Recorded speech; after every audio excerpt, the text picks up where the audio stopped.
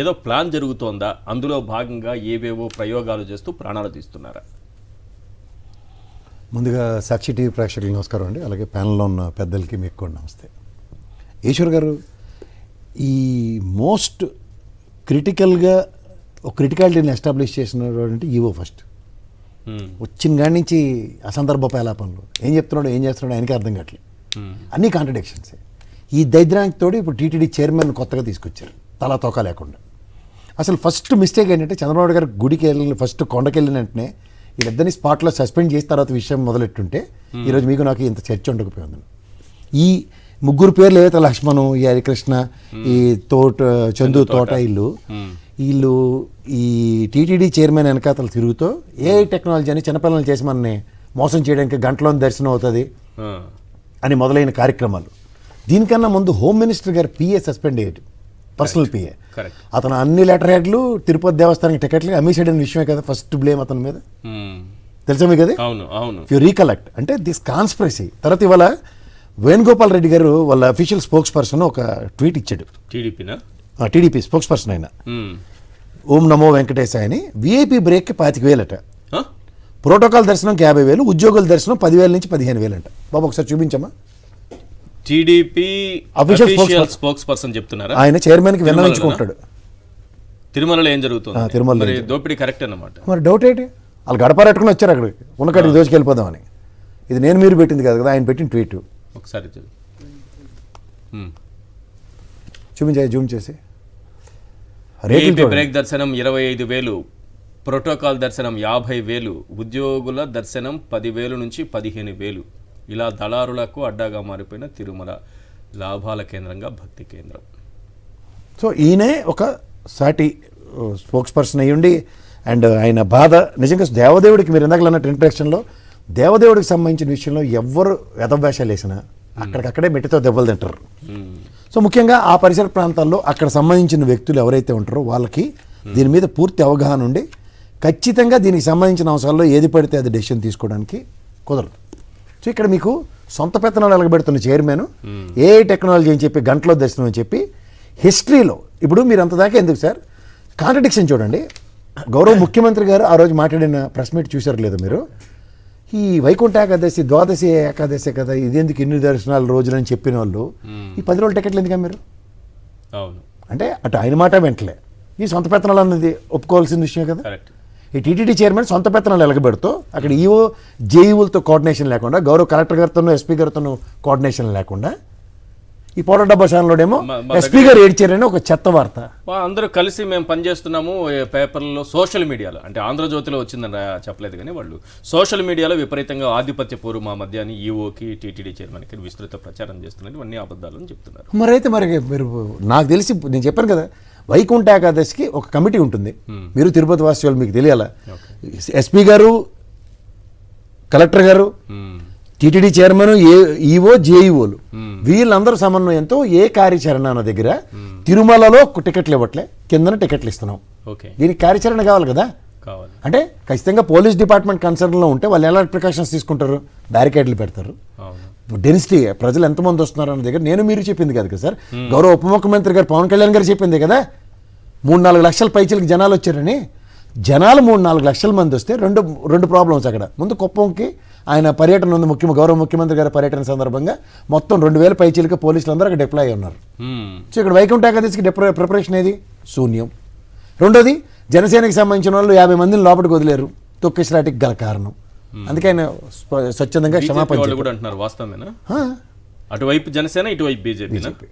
వీళ్ళు చెప్తున్నాను కదా సార్, తగిలించి తమాషా చూడడంలో దేవుని బిడ్డలు ఎవరంటే బీజేపీ వాళ్ళు ఏంటంటే చేతికి మెట్టి అవ్వకుండా చేసే పనులు ఇలాగే ఉంటాయి. ఇంత హిందూ ధార్మికత దీనికన్నా ముందే కదా గౌరవ పురంధేశ్వర గారు అందరూ వెళ్ళి అక్కడ లక్షలాది మంది ప్రజలతో అక్కడ ఇది పెట్టారు కదా, హిందూ మహాసభ టైప్లో. మరి వీళ్ళ దగ్గర నుంచి ప్రతిస్పందన ఏదండి ఇంత జరిగినప్పుడు? ఇప్పుడు మీకు ఇంకో మాట చెప్తా, గౌరవ ప్రధానమంత్రి గారు, గౌరవ అమిత్ షా గారు రెస్పాండ్ అయిన తర్వాత తెల్లారు 1:36 ఎంతకో పురంధేశ్వరరావు గారు ట్వీట్ పెట్టారు. అంటే దీని అర్థం ఏంటంటే వీళ్ళు ఒక కాన్స్పిరసీని డ్రైవ్ చేయడానికి సిద్ధమైపోయారు. దీనికి ఎందుకు? ఈ చైర్మన్ ఆల్రెడీ ముందే అలర్ట్ ఇచ్చాడు. ఏమని? అనూహ్యమైన ఘటనలు జరిగే ఛాన్సెస్ ఉన్నాయి. మరి ఉన్నప్పుడు ఈ తెంగరతనం అంటారా ఇంకేమంటారు సార్ ఈ అరేంజ్మెంట్స్ లేకుండా? ఆరుగురు చనిపోవడానికి తిరుపతి హిస్టరీలో అన్నపానీయాలు ఇవ్వని దౌర్భాగ్యం అంటే ఈ టీటీడీ చైర్మన్ దౌర్భాగ్యం అండి. ఇప్పుడు దీనిపైన విచారణ జరుగుతుందా? విచారణ ఏంటంటే విచారణ జరుగుతుందా? ఇప్పుడు ఎప్పుడు ఏర్పాటు చేస్తారు సార్? మీకు మళ్ళీ గోదావరి పుష్కరాలు 29 మంది చనిపోయారు సార్. 2 నెలల తర్వాత మీరు కంపారిజన్ ఒకటి 3 ఏళ్ల తర్వాత రిపోర్ట్ ఇచ్చారు. ఇక్కడ ఎంక్వైరీ సింగిల్ జడ్జితో పెట్టగానే ఫస్ట్ కోడిపేటలో దొరికింది టీటీడీ చైర్మన్. ఎవడా నీకు సొంత పెత్తనాలు చేయమన్నాడు దీంట్లోనూ? పైన టికెట్లు లేకుండా కింద టికెట్ల కాన్స్పిరసీ ఎవరిది? నువ్వే. సంబంధిత ఈవోకి చెప్పావా? చెప్పలేదని చెప్తాడు. డైరెక్ట్ ఆయనే ఉన్నప్పుడు చర్యలు తీసుకోవడానికి ఆబ్వియస్గా తీసుకోవాలి కదా. అదే చెప్తున్నాను. ఈ ప్రొయాక్టివ్గా గౌరవ ముఖ్యమంత్రి గారు కనుక వీళ్ళిద్దరిని సస్పెండ్ చేసి ఉంటే స్పాట్లో ఈ తెంగరతనం అంతటికి అక్కడే పులి స్టాప్ పడింది. కానీ సారీ చెప్తే వదిలేస్తామన్నారు కదా పవన్. ఏంది ఇదేమన్నా ఫస్ట్ అయితే చెప్పనన్నారు, తర్వాత ఏదో చెప్పుకొని బయటపడ్డారు. సార్ నేను అంటుంది సారీ అని దాసర తప్పులు దండంతో సేరని నేను ఎన్నిసార్లు చెప్పాలి ఈ విషయం? వీళ్ళకి ఎవరు ఇస్తున్నారు ఆ సూపర్లేటివ్ డిస్క్రిప్షన్స్? ఇప్పుడు ఈ రోజు దాకా నేను అదే చెప్తున్నాను. గౌరవ ముఖ్యమంత్రి గారు ఈ ద్వాదశి ఏకాదశి అన్నది స్పెసిఫిక్గా మెన్షన్ చేస్తున్నప్పుడు ఈ 10 ఏళ్ళ టికెట్లు గత ప్రభుత్వంలో 20 లక్షల టికెట్లు అమ్మితే ఒక్క చిన్న పొరపచ్చు రాలేదు సార్. ఈసారి 6 లక్షల టికెటే కాలు తేలేసి 6గురిని చంపేశారు. ఏవేవో కథలు చెప్తున్నారు. తొక్కేసలాడు జరిగింది, కిందన కూర్చున్నారు, పైకి లెగారన్నప్పుడు చేతావరీలేవి మొత్తుకుంటుంది అదే కదా సార్.